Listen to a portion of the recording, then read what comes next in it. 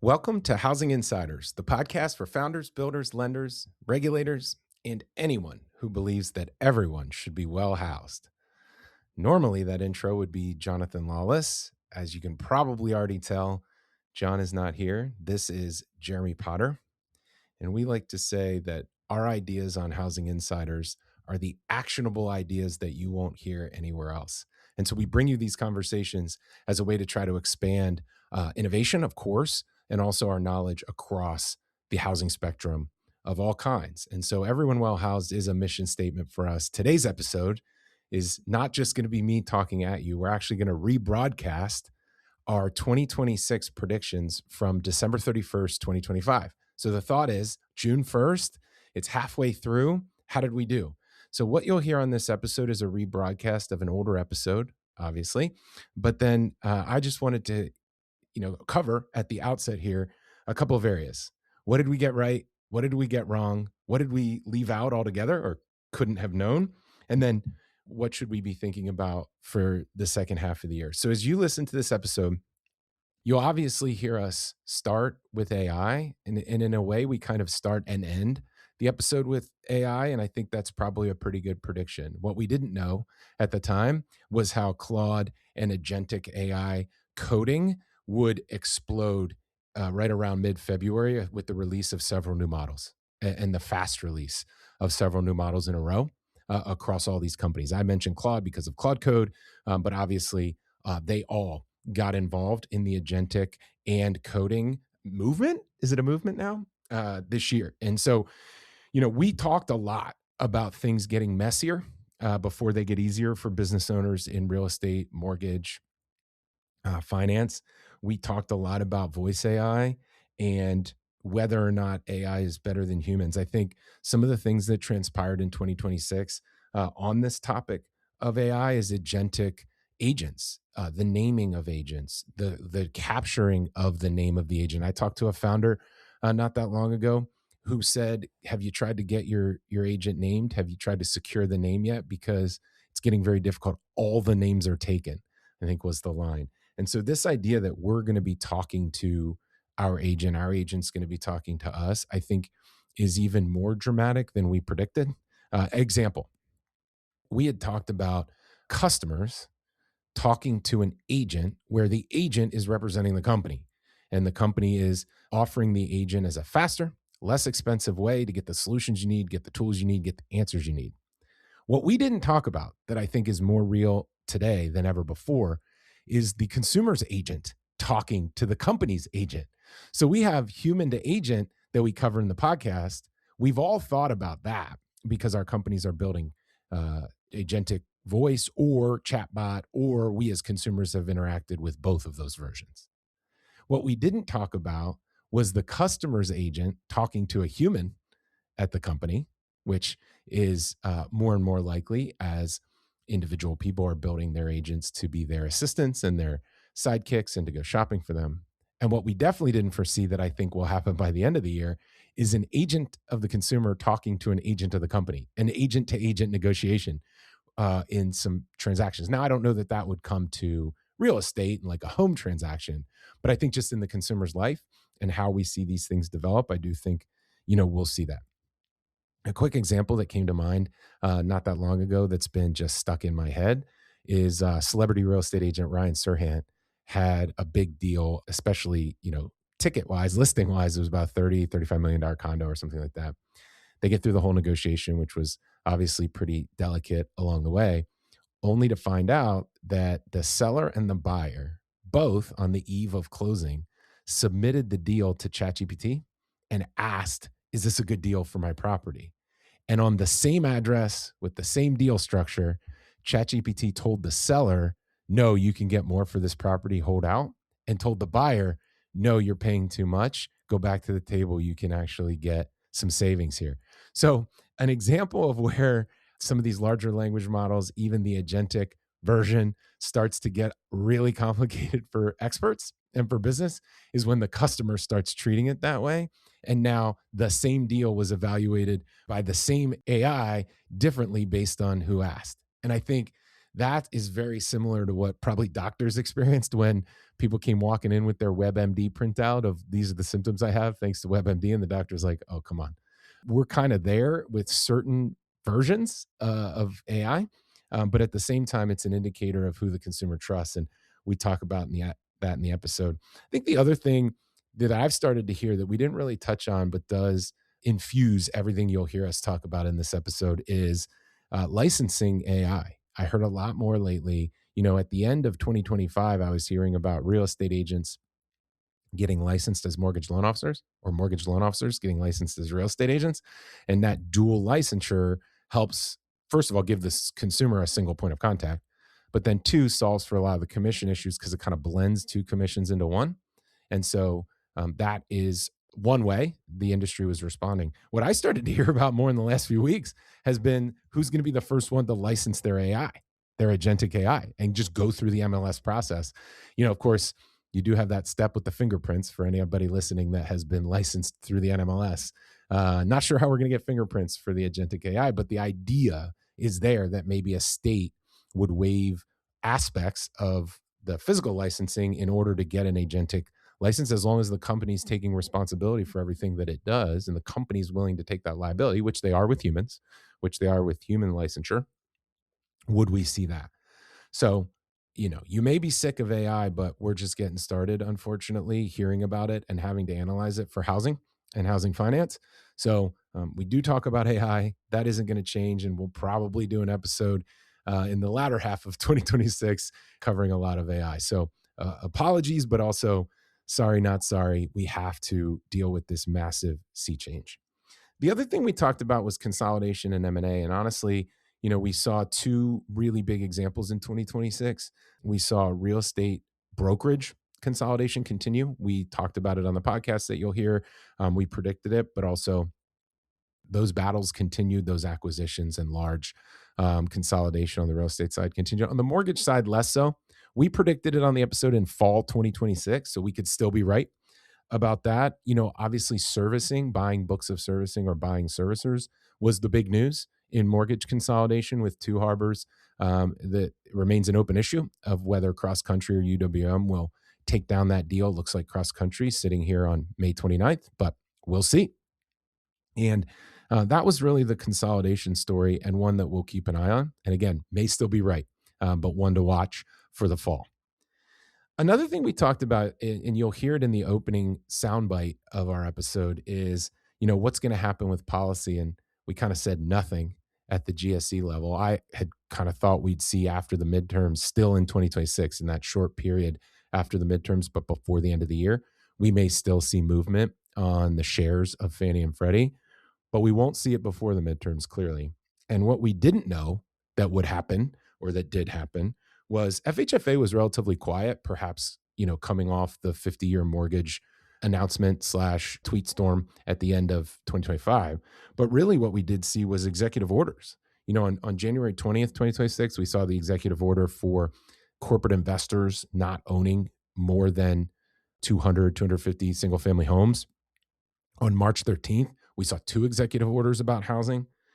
Since then, I think the executive orders in the White House have been relatively quiet, but we did see three executive orders in 2026 that we did not mention or anticipate in the podcast, obviously. And then the Senate and the House passed the 21st Century Road to Housing Act. And you heard episodes. You can go back and grab some of those episodes where we have the experts, Kara Ward and Jeb Mason, coming on talking about inside the Beltway legislation and regulation around some of these things. What we've heard since, is that the 21st Century Road to Housing Act might actually be on the shelf, even though it's been passed by both the House and the Senate, while they negotiate with the White House around this investor ownership of single family homes issue. The White House put it into the act. It got passed, but they have not reconciled the two versions of the House versus the Senate. And so we saw three executive orders. We saw the 21st Century Road to Housing Act, and yet it's been relatively quiet ever since. We talk on the podcast, you'll hear about the federal land, opening up federal land. Definitely have not heard anything about that. So that's kind of the lay of the land for policy and politics in 2026, but you can listen back to our other episodes on executive orders and on the 21st Century Road to Housing Act. We have episodes on both. And obviously in the episode you're about to hear, kind of see what you think may happen with FHFA and the GSEs. There's two other areas that I wanted to mention here just at the outset. One, we couldn't have seen the war with Iran or the uncertainty in inflation, gas prices, and the uncertainty around rates. We obviously have a new Fed chair who has been nominated and confirmed, and we expect that there was a promise about what interest rates may do after that happens. We mentioned that in the episode. That we're obviously still holding our breath to see, and we could not have foreseen, I don't think, or we didn't at least, the war in Iran and what that might do to the volatility and the uncertainty. Volatility of rates, uncertainty for homeowners. Are you going to move or are you going to try to buy a house in the midst of this moment? And that's been a real question for the market. You've seen a lot of mortgage loan officers, mortgage companies talking about their rates and what to expect or what you can't count on. And I think that's given us more volatility and uncertainty especially on the mortgage side. The other thing, I just wanted to talk about is what else, didn't we see coming? There were a lot of, on the policy side, playbooks out there for the states. So we're seeing playbooks being drafted and distributed around things like supply, zoning, manufactured housing, building codes, flourishing neighborhoods. There's all kinds of different playbooks. One thing I keep hearing in DC is, are we going to have another playbook? So we've already got enough that the playbook became a very literal model for a lot of people to put forth their idea. And we didn't talk about that much. We definitely talked about state level issues and hopes and predictions for the states in 2026. So you'll hear that in a minute. But I don't think we talked about these policy playbooks or some of these political playbooks and having governors and mayors get more involved. So a lot of interesting stuff happening there that we'll keep an eye on, and maybe we'll have some of those folks on in the second half of 2026. So just to recap, obviously the big story in 2026 was AI. We covered it in this episode. I think you'll hear some really good stuff in there, but the agentic AI has been exploding since we recorded this episode, since you last heard it. So hopefully you'll find a lot of valuable things in how to think about real estate and mortgage working together, how to think about AI overlapping all of this, how to think about inspiring the market and getting to the market earlier up funnel. That's all covered in this episode. And we'll be back next 2 Mondays, as always, next episode with some more great content. I'm really looking forward to our guest, the CEO of EXP Worldwide. And many of you can submit your comments on who should be guests, who should be sponsors. If you want to be on the podcast, please email us, podcast@thehousinginsiders.com, as John always tells us at the end of the episode.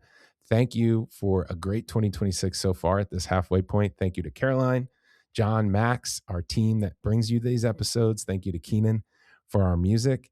And we'll be back again in 2 weeks. We'll be bringing you great episodes for the rest of 2026. Enjoy John and I, right, wrong, otherwise, in our prediction episode from last year. Here's my bold prediction, John. Nothing will happen on the policy side.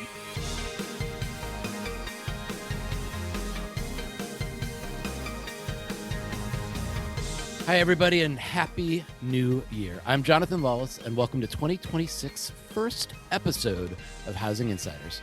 For our new listeners, this is the podcast for founders, builders, lenders, and regulators, and anyone who believes that everyone should be well housed. I'm Jeremy Potter, and when we launched Housing Insiders in 2024, our goal was to share what was really going on in the housing space. We wanted to bring you smart conversations. We wanted to talk to the people in the know. And we wanted to combine those with actionable ideas that you won't hear anywhere else. Hey, we've had a lot of great episodes so far. I think we're getting close to 40 episodes total, which for most podcasts, that's a huge record. But I want to say 2025, we had a lot of great episodes. Jeremy, kind of curious to get your views. I mean, we spoke to innovators. We talked to the founder of ModX, Vesta, Villa, and Spectify. What was your kind of big takeaway from 2025 and all the episodes that we did? Yeah, John, one of the things I was really proud of was how much the episodes overlap or intersect. What we've been trying to talk about a lot on Housing Insiders is exposing different parts of the housing ecosystem and industry to each other. So we actually have a better understanding of what lenders care about, what builders care about, what policymakers care about, and the perspectives of each and how they relate to, hopefully who's listening, their job, their goals, their understanding of housing. And I felt like that really happened. And what I mean by that, whether it's Mod X, that, when we talked to him, or Sean at Villa, Josh at Inspectify, we heard a lot of the same things coming out. What if we really focus our attention and resources on the talent in home construction and renovation? What if we really focused on the digital data that needs to flow from a contractor, builder, inspector through to a lender in Vesta? And what, Mike, you thought that technology and AI could do? And so all of those things kind of in the infrastructure of the industry kind of then flowed up and were really supportive of what people like Jim Parrott and Bob Walters told us need to be happening at kind of the macro level that would really change the experience of housing for consumers, home buyers, and homeowners. So the fact that it all interrelated in a really kind of cool way, I think, was one of my big takeaways from the year. How about you? Yeah, that's a great point. It's kind of interesting how many times we referred back to things that other guests said on later episodes. Definitely Bob Walters, Jim Parrott, Mike Yu was one that I think we quoted like 10 times in subsequent episodes, just because he had such a great insight in terms of technologies that lenders are using and whatnot. But even I think one of my takeaways, and there's a famous quote from Bill Gates that says people overestimate what they can do in 1 year and underestimate what they can do in 10, is we've watched this game for a long time, and it's interesting to watch it evolve. And it's never, 2025 was not a year in which we saw really groundbreaking innovation or changes in our business. But we did see, I think, the sort of slow, constant evolution that's going to result in changes that, if we take a big step back in the 10-year picture, things are going to look real different. So, new LOSs, I should say, loan origination systems, new ways to build, certainly new ways to originate, new ways to do inspections. Like, all of these things are slowly changing. In the year, it doesn't feel like it's very fast, but I do think that it is changing, and will have impact. It's just not the kind of, like, those of us who are really impatient to see big things happen all at once. Ever since the launch of ChatGPT, I don't think I could really name one of those things since that happened. Yeah, that's right. Impatience is a great word for it, because that's the word that sprung to mind for me too. I always thought of it and tried to lead the teams that I led with a healthy impatience, as opposed to a disruptive impatience. But the point is that we do want to push this forward. We do want to see more change more quickly, and the housing industry is notorious for really slow or no change. So the fact that we're seeing incremental change means, you're right, this year is foundational for the years going forward. So it'll be exciting today to talk about 2026, of course, but to look back and say, this could be one of those years that we point to 3 years from now and say, wow, that really set up what we're experiencing now. That's exciting to think about. Yeah, I agree. I was listening to our prediction episode from last year for our predictions for 2025. I think the things that we thought would be major issues didn't really actually turn out to be as big as I thought they would be. Like, for example, for those of you that remember the end of 2024, the biggest issue in housing, at least the one that we saw coming, was the cost of homeowners insurance and what we'd have to do in reaction to homeowners insurance. I don't know. Maybe it's because we didn't have as many hurricanes, or there wasn't. There was the fire. I don't know. It didn't seem like insurance, or at least not solutions to the insurance challenge, or defaults resulting from insurance costs. Those didn't really seem to materialize as much as we thought they would. Or maybe I'm wrong. My gut is telling me that kind of directionally the same thing, which is, I don't think that we solved anything, but I don't think that the prices either skyrocketed or that the HOI providers pulled out quite as dramatically as they threatened to. So if I remember correctly, the threats to pull out of markets was pretty dramatic, especially at that time. And either we took our eye off the ball because there was another shiny object and there's still a crisis going on that we've just moved on to other things, or what I think you're saying is more likely, they were threats and it kind of simmered down a bit. Even though we haven't solved for the cost, even though we haven't solved for the long-term risk, we also didn't see the dramatic problem that a lot of people predicted. Yeah, agreed. I want to ask you a very general question that is unplanned for, but I'm kind of curious to get your answer to this, right? You and I care a lot about housing innovation. You know, our jobs somewhat intersect with that, but a lot of the innovation we talk about is not our job per se. We just care about it. I mean, Jeremy, if you had to sort of say like, what's your motivation here? Like, what excites you about housing innovation? Why are we talking about this when it doesn't have anything to do with our jobs? I'm just curious to get your thoughts on it. Yeah, I think the thing that initially drew me in when, you'll hear people talk about their passion is like they got the bug or whatever it is, whether it's a hobby or something that they're really interested in. And I think my answer is the challenge was so daunting and there were so many failed attempts over the years. I can even go back, John, and I'm sure people bring this up to you all the time too. And it goes even further back than this, but like Buckminster Fuller was trying to create a new type of house out of the metal from airplanes and the metal from the World War II production lines. When they stopped producing war materials, it was, can we use these same facilities to produce a house? It goes that far back without really a fundamental change to the construction of the house, the actual house itself. And then when you think about all of the exciting technology things we've experienced as consumers and that we talk about it, consumers holding these powerful computers in our hand, seeing things delivered right to our door, all the things you hear about every day in pretty much every industry, but of course housing, and then really not seeing it really change a person's trust or experience in buying a house. Those two things are such big challenges that it really got me exciting. Like the thing that's going to break through here is going to have to be really passionate people who don't give up.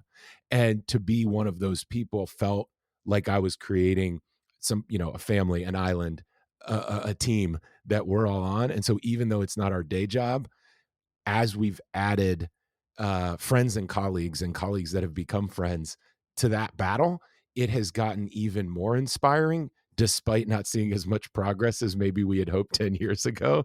To find ourselves here now, it feels like we have more friends than ever before. And that keeps me going. And the size of the challenge keeps me going, that it's just so fundamental to people's lives and the economy. And so those two things balance each other out and keep us, I think, keep me from giving up. How about you? Yeah, no, that's a fantastic answer. In some ways, I think a lot of our listeners at Housing Insiders are people that similarly feel that challenge and feel that sort of sense of community with people that are fighting this challenge. And so I would add the only other thing I'd add to that is sort of a sense of civic duty.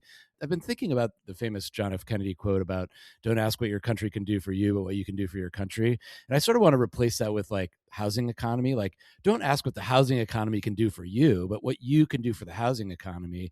Like a lot of times we talk about the housing economy like we're victims of it.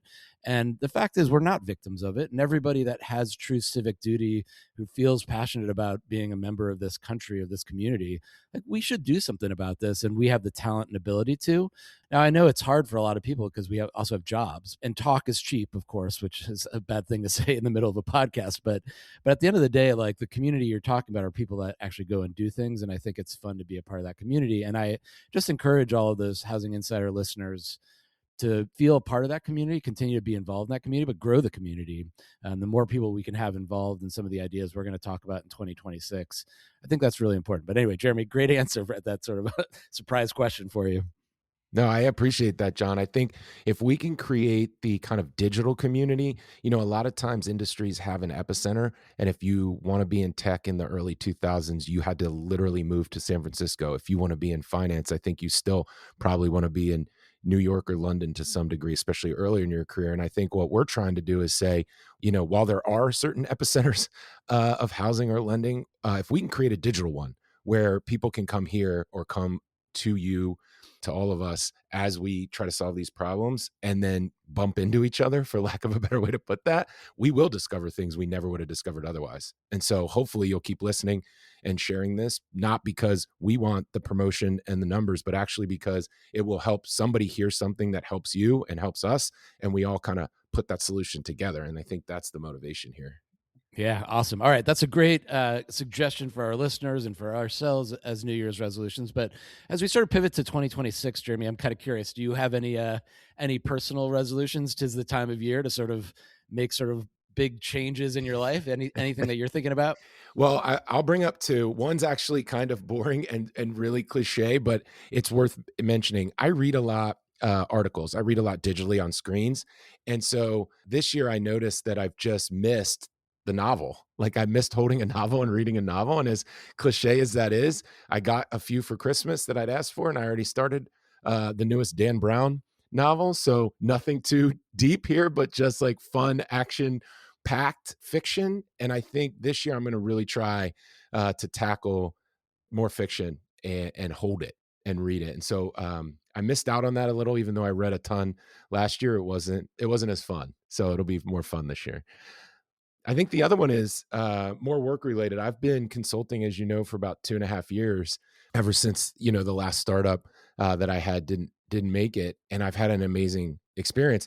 And I'm really starting to turn my attention to problems I can roll up my sleeves and work on directly. I have some great projects I'm working on with clients, but that process of saying like, what could be the next thing?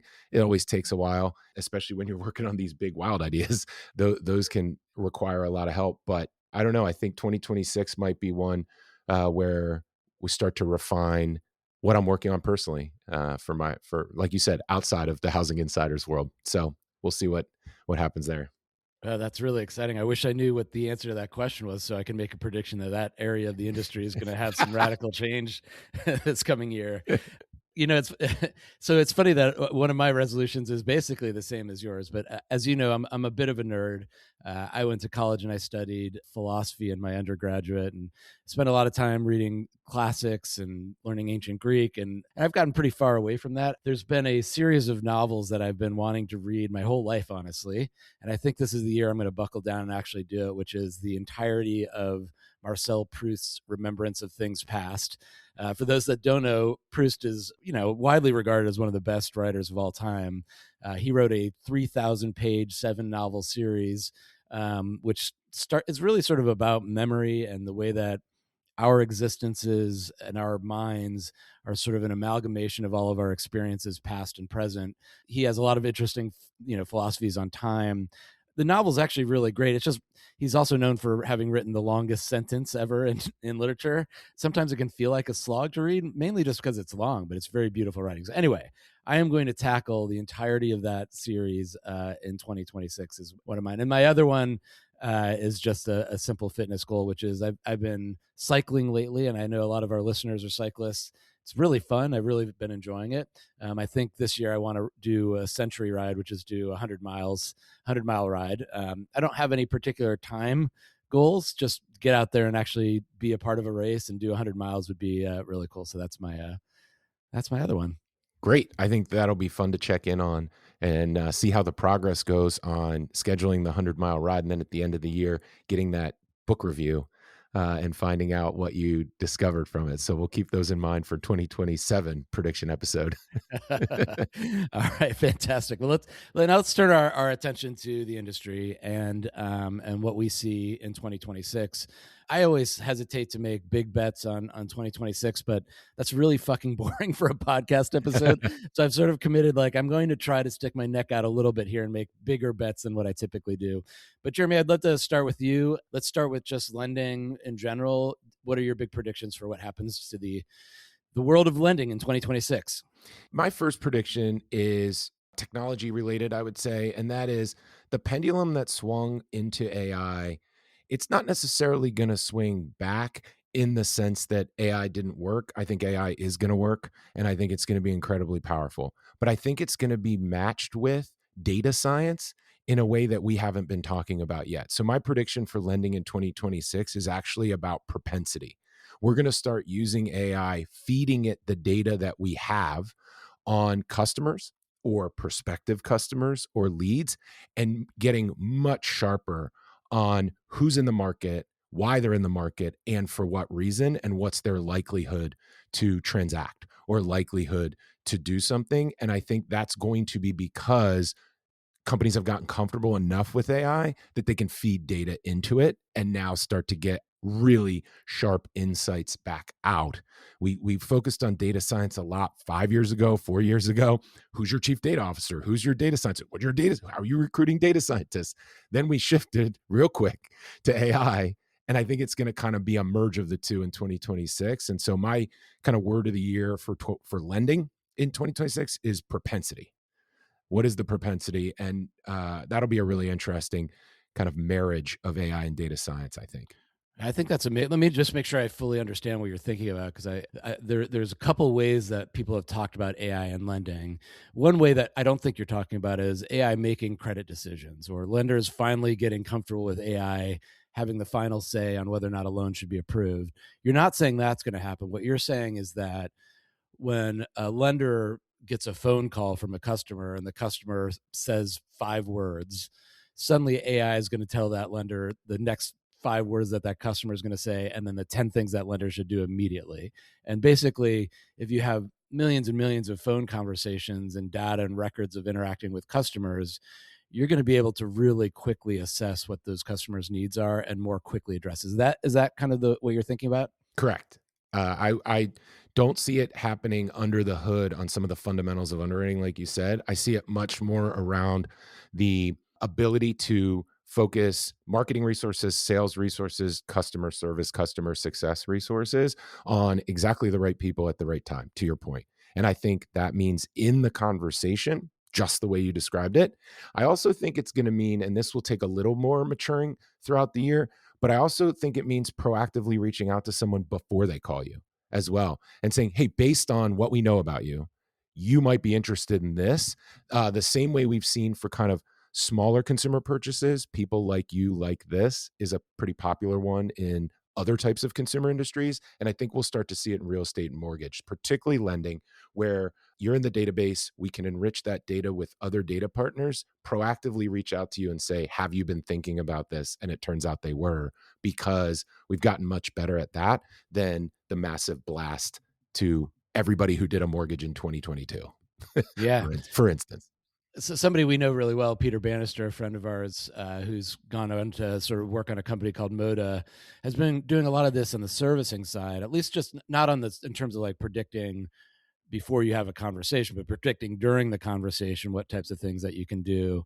Certainly, as Built, the company I'm working with, is getting more invested in the servicing space and has a huge amount of consumer data. I mean, being able to identify propensity before somebody even calls in to make that request is something that's big. And then the last thing I'll say too, Jeremy, you and I have talked about this, and I've joked about it a lot. But the use of AI as a companion, as a sort of interfacing sort of tool. Now, I'm not sure if this is the direction that you're going, but I think AI conversations have gotten so good. It would surprise me if we don't start seeing some of the initial intake being done by an AI assistant versus a human. I don't know. Would you be willing to go that far? Yes, I would. My advice to the lending community is twofold on this. One, do not build this yourself.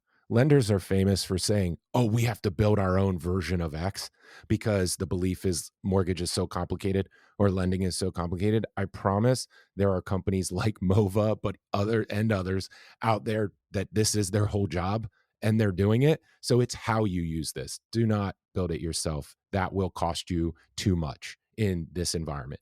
And then two, John, I really believe that the AI assistants need to identify themselves as AI assistants up front.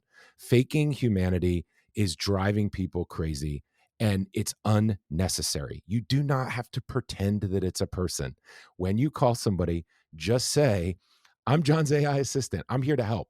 We can save you this much time if you do these things. You can also wait and talk to John, but I can't promise you it will be today. What would you like to do? I don't Yeah. understand why we continue to pretend that AI is human. Just say it's AI and then give the person the opportunity. If they choose to talk to John the human, they will understand a 48-hour delay because they picked it. They were incorporated into the decision. So my advice for lenders is don't build it and incorporate the customer into the decision. It's fine to use AI. Just tell them you're using it. It's all good. I love that point. I'll say, like a lot of the call centers have tried to evolve to where the call center sounds more human, or as a chatbot. Like I call Bank of America, hi, I'm Erica. Can I help? And it's like, you are a fucking bot. And Right. But even more importantly, you're not going to be able to answer the questions I'm asking because you have 7 options. And unless I say one of those 7 options in whatever I say, you're going to be, I need to call it like, so my first thing is representative. You know what I mean? But I think probably more of the big challenge with AI is I think I'm going to quote Mike Yu. At some point, people are going to realize that AI is better than humans. In other words, like you can talk to John, but he's a fucking moron because he does not have the entirety of humanity in his mind when he's talking to you. But I do. So if you really want a question answered, you better talk to me or the AI version of John. And I do think that some personality to it is going to be important down the road. But anyway, my main point is the consumers need to get comfortable with it and not feel like I'm going to talk to something and it's going to give me the runaround and I'm not going to get my question answered. And that could happen because of all the stupid regulations that we're going to put on AI. Like you can't talk about this and you can't talk about this. So you're going to get an AI person on the phone. And the first thing they're going to say, I am sorry, I can't talk about that because it's illegal for me to do so. So I'm going to, and then when consumers have that experience, they're just going to hate it. And it's going to ruin it for 5 years. Maybe this, if I were to make a prediction, that's the first thing that's going to happen is like, we're just going to mess it up because we're not going to think about it the right way and consumers aren't ready for it. And it's going to set it back a little while. Yeah, there's no reason to think that we're going to suddenly learn how to adopt change in a dynamic and proactive way when we've not done that with any other technology. So I think you're right on that, unfortunately. So I'll give my prediction in the lending world. I'm curious to get your take on it because it's associated, but business has been slow. Business has been slow for a while. And yet we haven't really seen any major lenders bow out. We've seen some consolidation. I think it was Bayview that acquired Guild, but we haven't seen a lot of consolidation. We've seen the vertical consolidation of servicers and lenders combining, but no big failures. So I'm starting to think that if AI is really as good as it should be, and servicers have such a one up on originations because they have such a customer database, or banks partnered with servicers, partnered with lenders do, like maybe we actually start seeing like a big name kind of go, just call it quits or be, a significant acquisition or merger. Yeah, I think you're right. That's something that, we've heard about in one way or another, probably since the mortgage crisis, at least since I've joined the industry. It is, we're going to see consolidation. We're going to see consolidation. And you're right. What we've seen has largely been like medium to small players combining to try to get bigger, or two people who were already partnered on servicing and origination in some way. I'm selling you loans, you know me, kind of getting together versus what you're talking about. And I think it's ultimately all these trends converging is going to be too much for everybody to continue as is. So I definitely think you're right there. I think the challenge that overall environment creates is where does the refinance business go? I think the biggest question for lenders who are not servicers expecting some percentage of their business in 2026 to be refinanced, my question would be, what gives you that belief? Why do you believe that? And if you have a strong assumption that you're using as your strategy, great. Then I can't wait to hear about it and I support it. But I haven't heard it yet. It's really the refi game is the servicer game, and they're getting to the consumer before you even have a chance to call them. So I think that'll be a really big question for a lot of lenders who count on some refinance business. Yep. And I would say the same, we don't talk about multifamily probably enough on this podcast, but I would say that I sort of feel the same is probably going to be true of the multifamily space. There was a saying for a while, survive to 25. And then I've heard that recast as like, we'll be in heaven in 27. And nothing bad happened, not to office space, not to multifamily. Again, that industry has really been struggling. We've seen delinquencies go up in that space. Rents have been kind of flat, threats of rent freezes in New York. So it could be a pretty tough year in 26 for those in the multifamily space. Yeah, I went back and forth on LinkedIn recently with a friend of mine, Mark Serbko, who's an attorney in New Orleans, Louisiana, and represents clients nationwide. And he was saying that on the multifamily side, we're seeing a lot of property managers, lenders, owners, they choose to make a deal on rent versus having vacancy, right? Makes sense. I'd rather have, stable rent or zero increase in rent. And the incentives to stay a renter right now, according to Marks, have never been stronger. So first-time home buyers are in this tough spot. They're hearing a lot of uncertainty in the market, and they're getting great deals from their current apartment to not leave because the consistency of rent is better than the uncertainty of can I fill it with that 4%, 5% increase that I'd really prefer on the multifamily side. So that was kind of an interesting thought is I don't hear lenders talking about competing with rent very often, but that Mhm. is what's going on. And I think lenders who think more about that will have more success in 2026. That's a really interesting point, and you can only do that for so long in the multifamily space, but I guess, we're often surprised at how resilient some of these spaces are. Lender consolidation is slower than we think, multifamily failures are slower than we think, and it's really just these sort of creative ways of limping along, just surviving, but you're right, that puts an interesting position versus rent versus buy, where landlords are competing for customers, and that makes a ton of sense. Let's pivot a little bit to predictions on what happens in the policy landscape on the lending side. You want to make any bold claims in terms of what we see this year? Now, I will note that this is a mid-year, midterm election year. Republicans are facing a tough reelect, according to the data coming up in 26. So, necessity being the mother of invention. Are we going to see some real major policy changes to kind of help them position themselves for the midterms? Here's my bold prediction, John. Nothing. Nothing will happen on the policy side. Now, I think there will be some product tweaks, right? I do think that, we talked in our last episode about a very specific supply side product that we believe Fannie Mae should be doing. I know we'll talk more about that in the new year. Obviously, our listeners will hear more about that.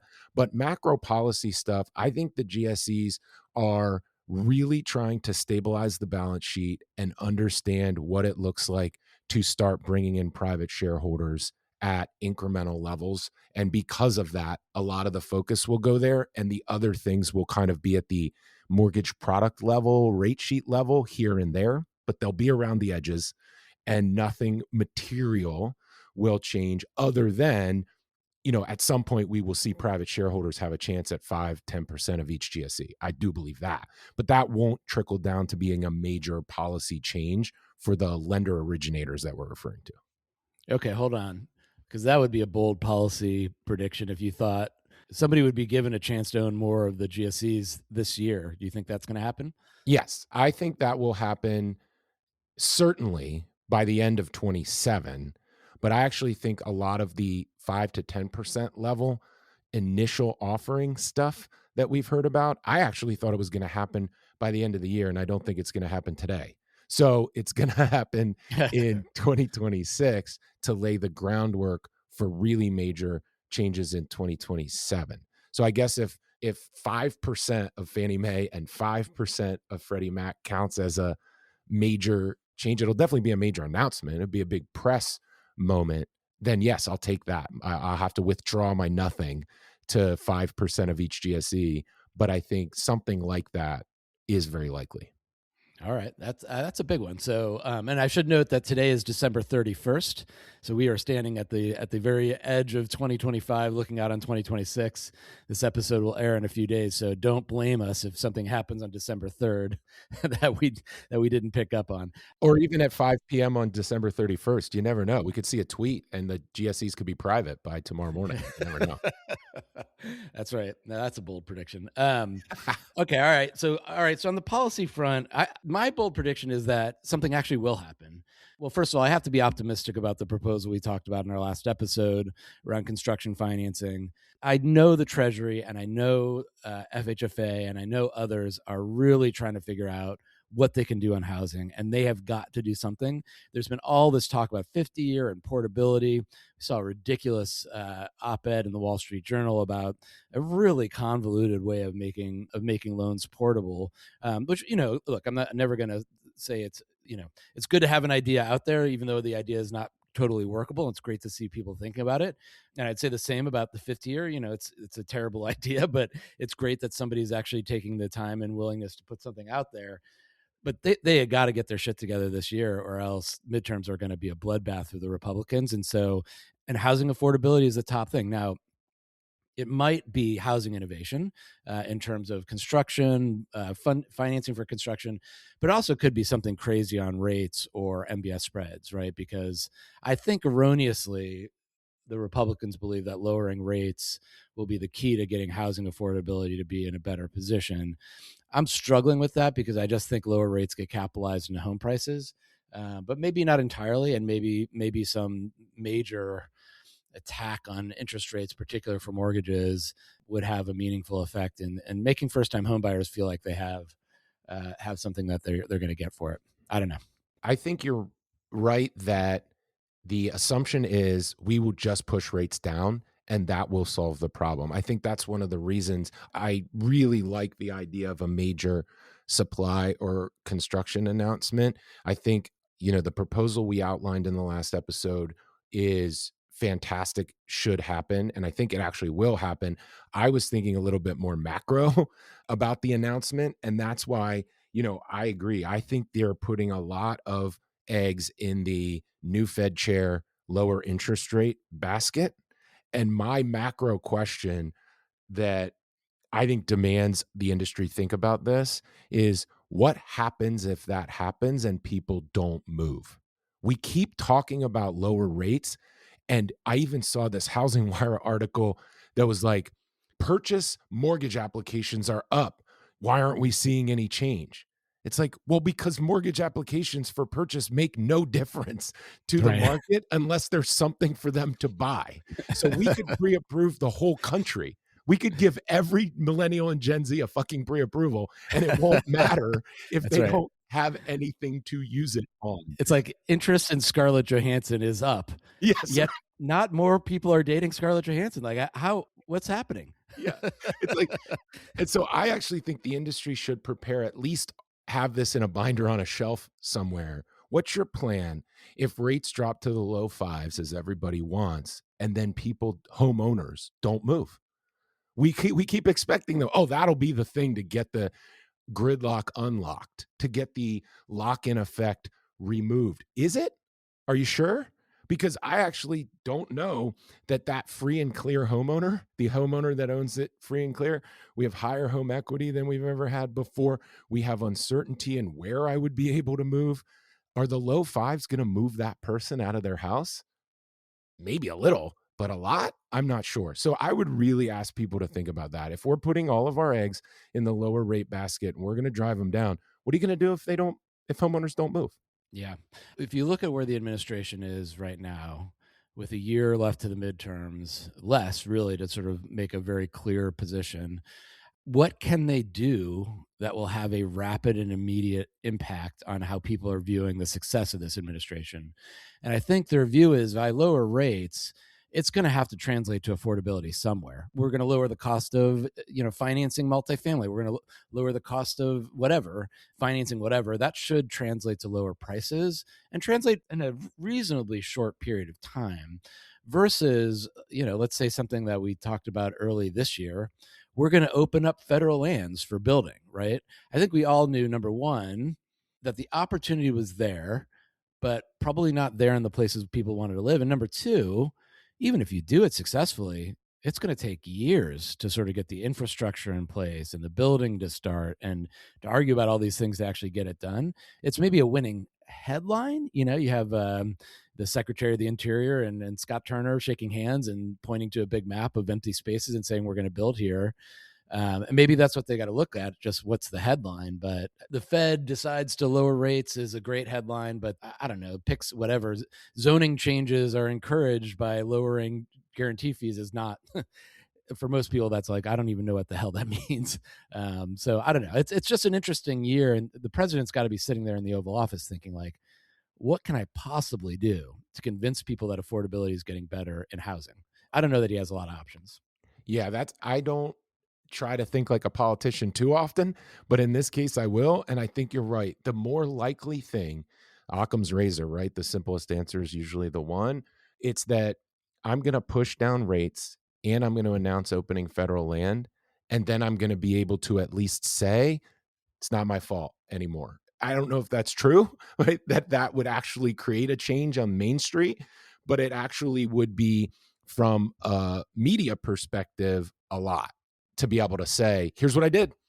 Like now it's on you guys. It's on the private market. And so there is something there in at least the theater of it that I think we need to be ready for and think more about. So that's right, John. Yep.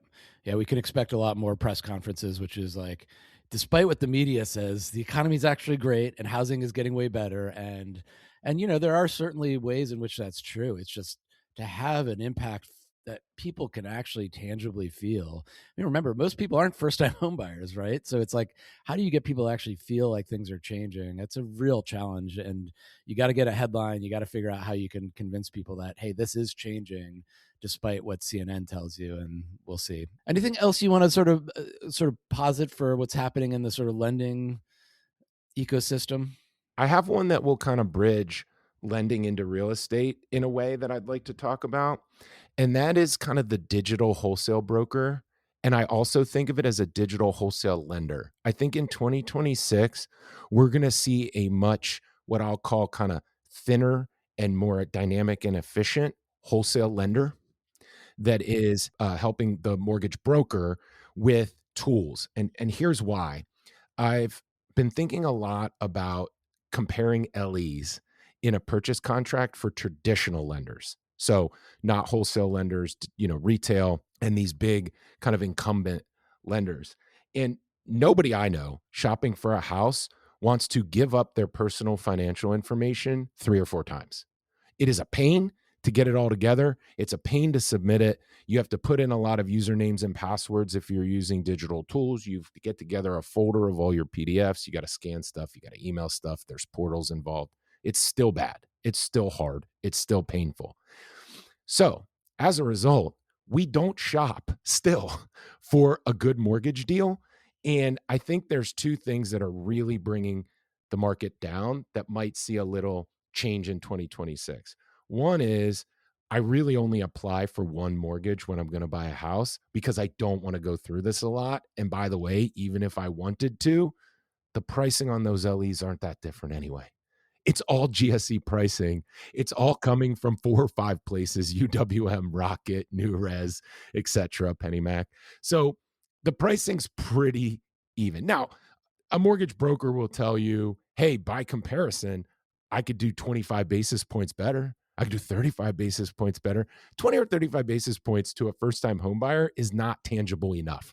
They don't understand that difference. And getting that difference, they're like, okay, whatever. Is it going to be harder or easier for me? What are you saying? Is it going to be a faster closing? Am I going to get the house? Like, what in the hell are we talking about?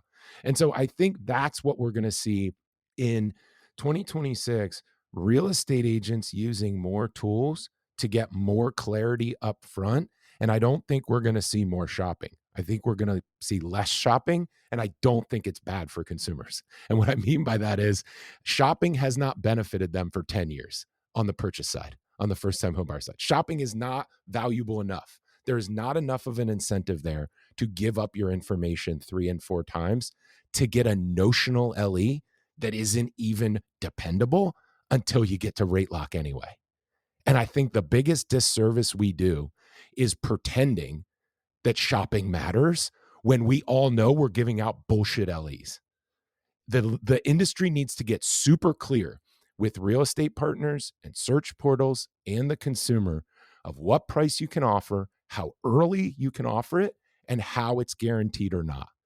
The lenders that do that are going to win.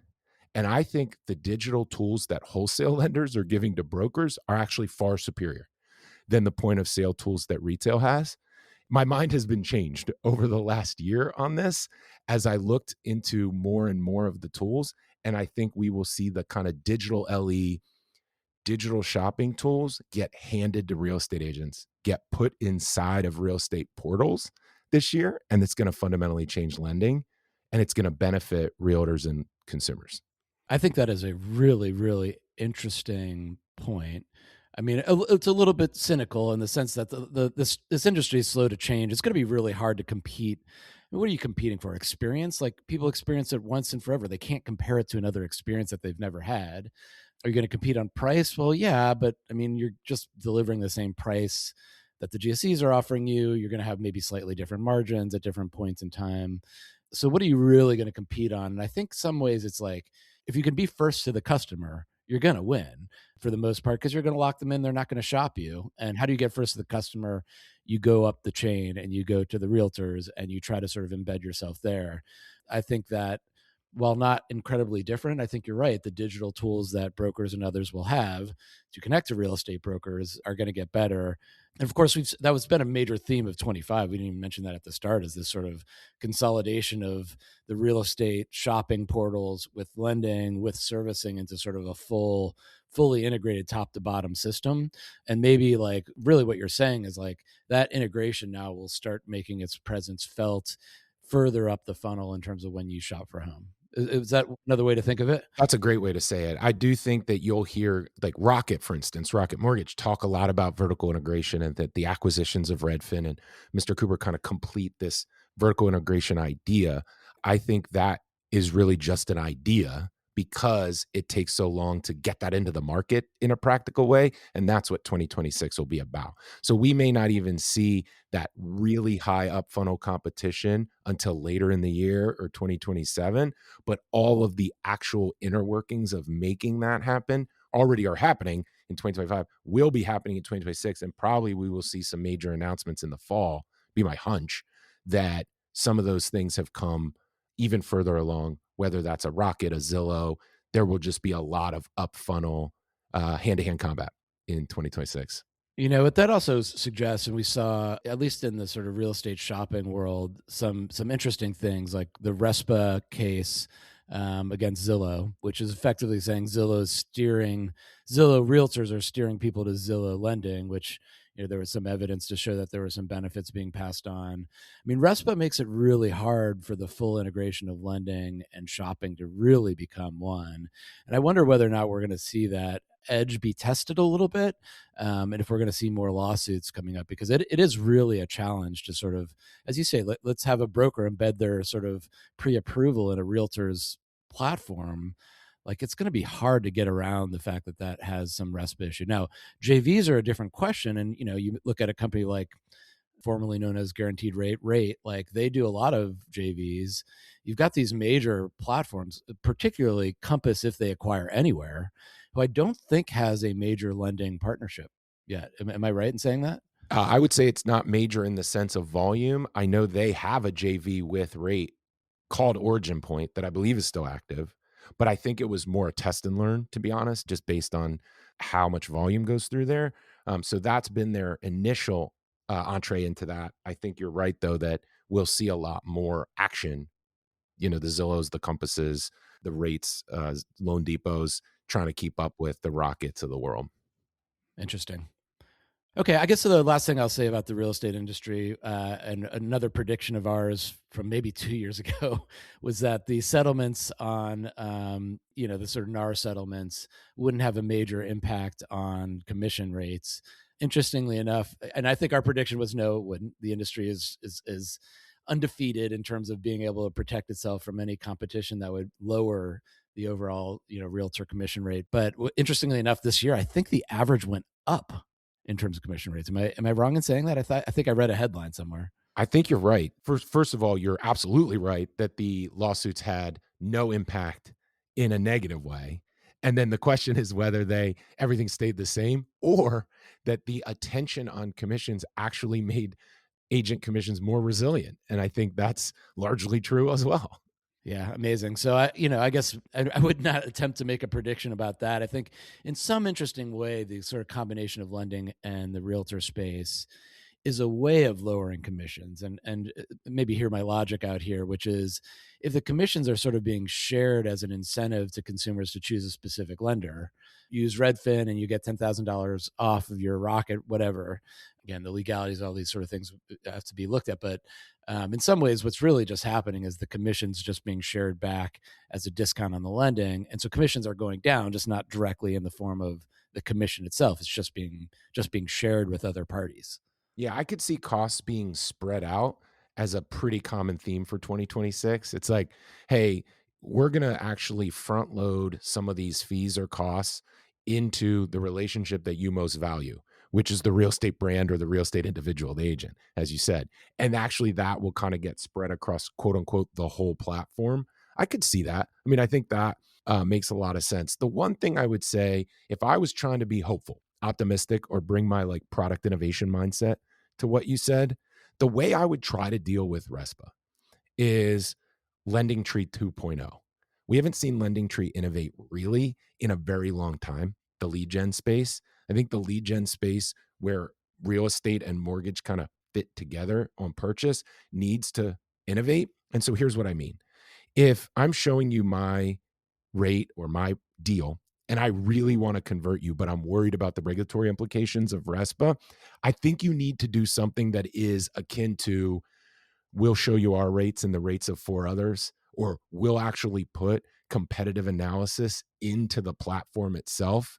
You're still going to pick ours, but we're going to give you enough information that's real and bona fide so that we don't have a regulatory issue. I don't see why we wouldn't sort of see niche Lending Tree, niche bank rate inside of other platforms. And I think that's really fascinating. And I think that has the potential to give consumers a more sense of ownership of their decision, pick the right deal, and also have lenders be confident instead of insecure about their offer, and actually move boldly forward and say, look, we still think we're the best deal, but we'll show you everything. And if you want some cut rate insurance, to quote Allstate, go for it, but you're going to want to stay with us. I think mortgage needs to look more like that and sort of give RESPA the Heisman from the beginning on clarity and transparency instead of quietly under the hood trying to work around it. I think actually in this case, you take a weakness and you make it a strength. Yeah, interesting. I'll say maybe one of my bolder predictions, because a lot of the way you talk about this is sort of like a platform, like a search platform, a website, if you will. And we heard from Kristen Messerly several episodes ago about how millennials are starting to shop, and it's a lot of YouTube and it's a lot of ChatGPT. It was actually really surprising how quickly ChatGPT had climbed up the list. And so I'm wondering whether or not what you say actually happens, but it happens in a different way. In other words, it happens because it's being facilitated by a chat GPT. And I know a few companies that are already looking for, how do I get leads from chat GPT? When somebody goes and asks about something, how do I have it propose something to me? And I wonder whether or not that's where it happens versus on sort of a, like to your point, a bank rate website or a Lending Tree website, maybe not so much, but that integrated with something like an AI platform is a different way of thinking about it. I don't know, maybe throwing out that the sort of generation that's coming into its home buying age is less and less so millennials who are sort of passing that age, and more so people that, you know, were born holding an iPhone using Snapchat by the time they were 3. And that's a very different shopper. You will like this if, you know, anyway, the sort of Instagram ad type of shopper is a different shopper. They don't go to websites anymore. Yeah, I really like that as an innovation challenge to the industry, to our audience, which is you've already started to see Zillow trying to make inroads with Google because they don't want Google to put listings at the top of the search when you search an address or when you search for listings. Google started doing that, and a lot of people on the real estate side kind of panicked to see Google putting listings in search results.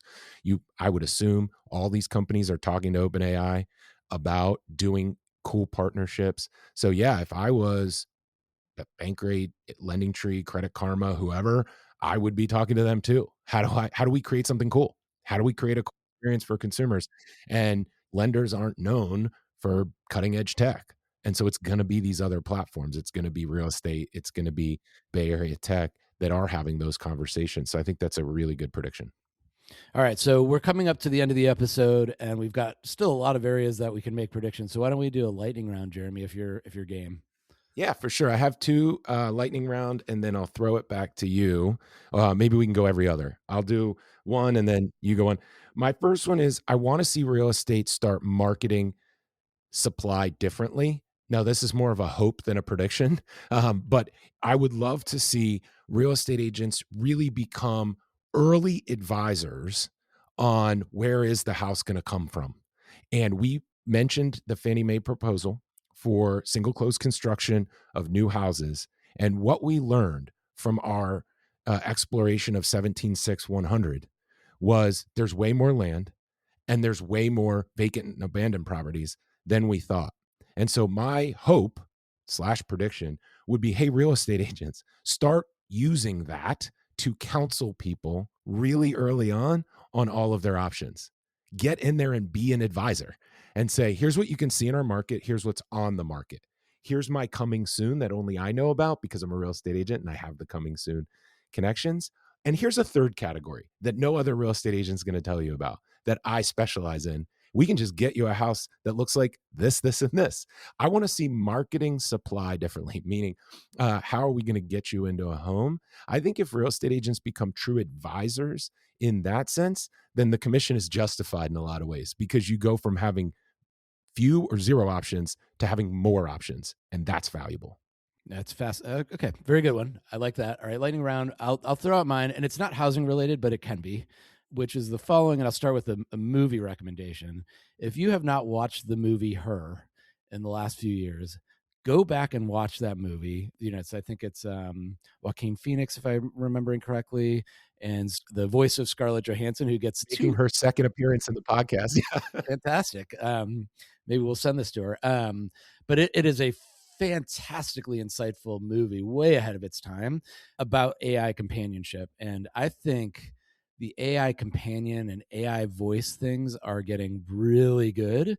They're so close to being so good that I think they will become common. Now, there's still it's still not socially acceptable for me to tell you, Jeremy, I have a great friend and it's an AI bot, but I do think it will increasingly become more common as it has in 25. But I think 26 will be the year in which it becomes common and it becomes profitable. That in other words, like companies like Character AI and these other companies that are building AI companions will start getting really good at it, and they'll get embedded into hardware, into your iPhone. Like some way AI companionship is going to make a big leap forward in 2026. That's my bold random prediction.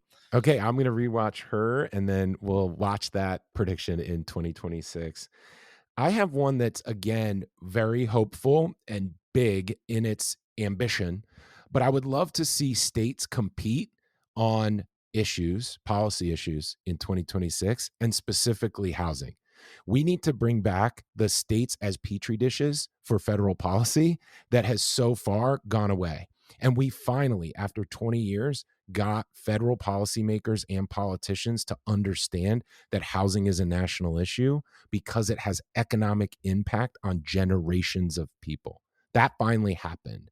That senators stopped telling Mike Kinsella from Up for Growth that this is a governor's problem or a mayor's problem. Now, Mike's been inside the Beltway working on exactly this, and you can hear that episode of Housing Insiders if you want to learn more.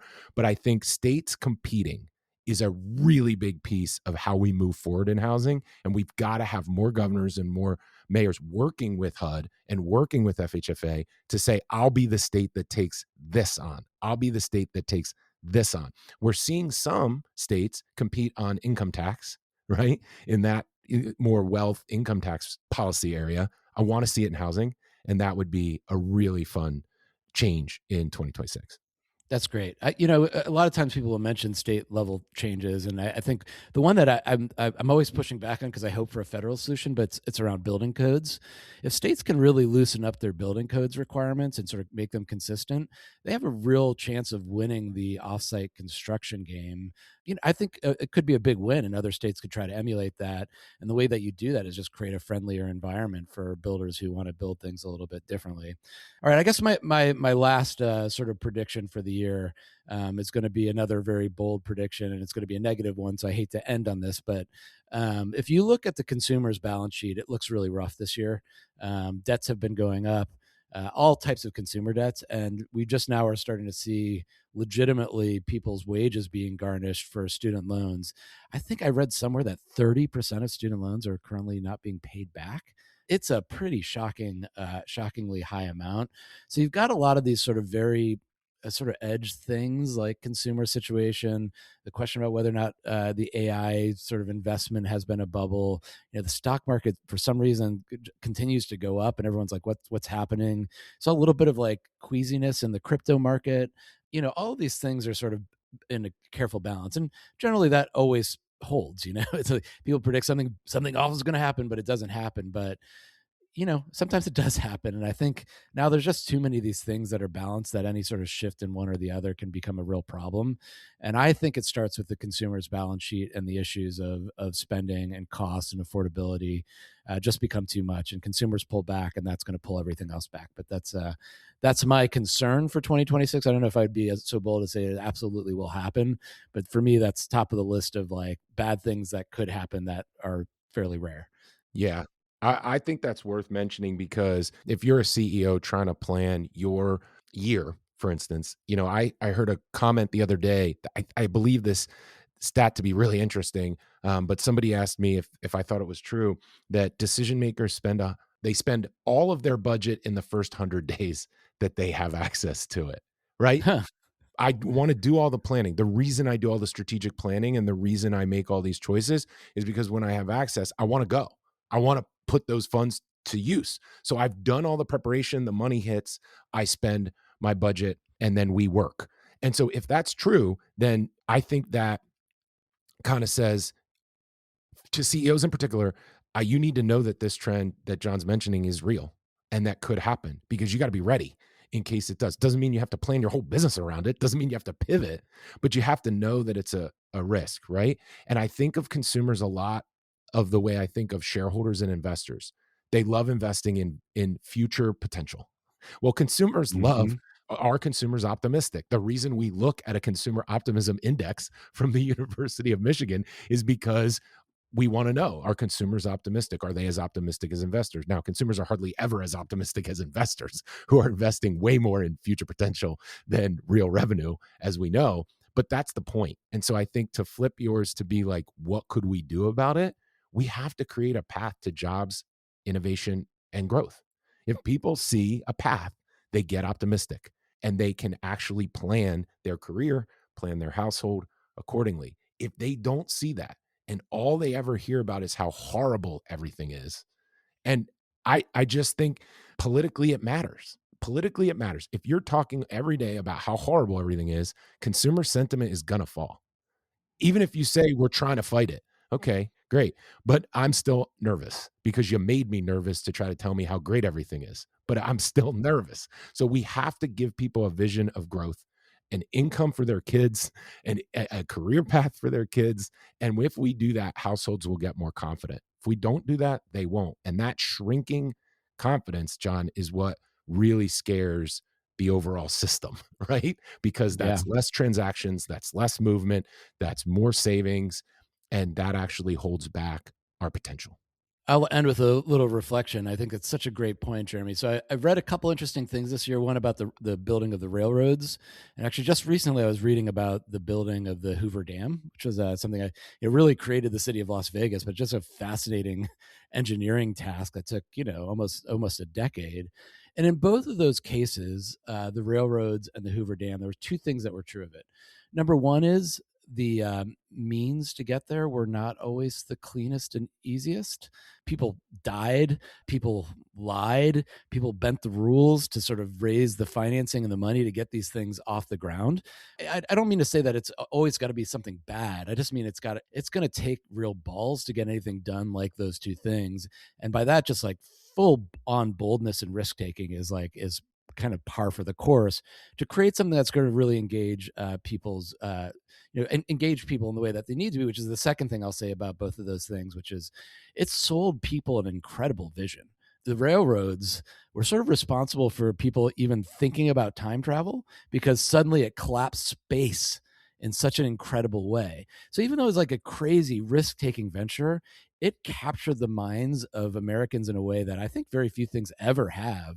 And that inspired people about jobs and the opportunities of the West. And the same thing with the Hoover Dam, it became a tourist spectacle well before it was even done because it was going to create such a massive, massive imposition on a massive wild river, the Colorado River. Anyway, so I say all that because AI is sort of in a similar situation. Like it's crazy the amount that's being invested, but the opportunities are huge. And that opportunity we need to see as not something that's going to take our kids' jobs away, but something that's going to create a future in which we're more productive, fitter, happier, more productive. Make a little bit of a music reference there. But in any case, I think there's an opportunity to really get people excited about what's happening. And housing can be a part of that too, as we always hope that it can also participate in that. I really like that. I think that's exactly the type of inspiration we need right now. I'll just put a quick footnote on it. I think a lot about the millennial generation because I've jokingly, but also seriously considered myself an elder millennial.